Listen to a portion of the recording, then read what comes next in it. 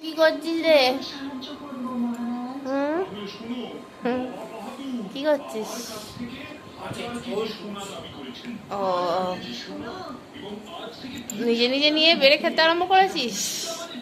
খা খা। আহ, ঠিক আছে। কি দিয়ে ভাত খাচ্ছিস বল? মাছের ঝোল আর ভাত।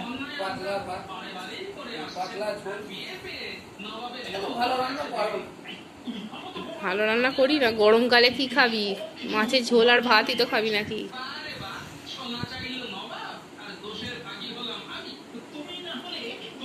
ঠিক আছে বন্ধুরা, ও খাক ততক্ষণ ভাত আর মাছের ঝোল। ভিডিওটাই অবধি।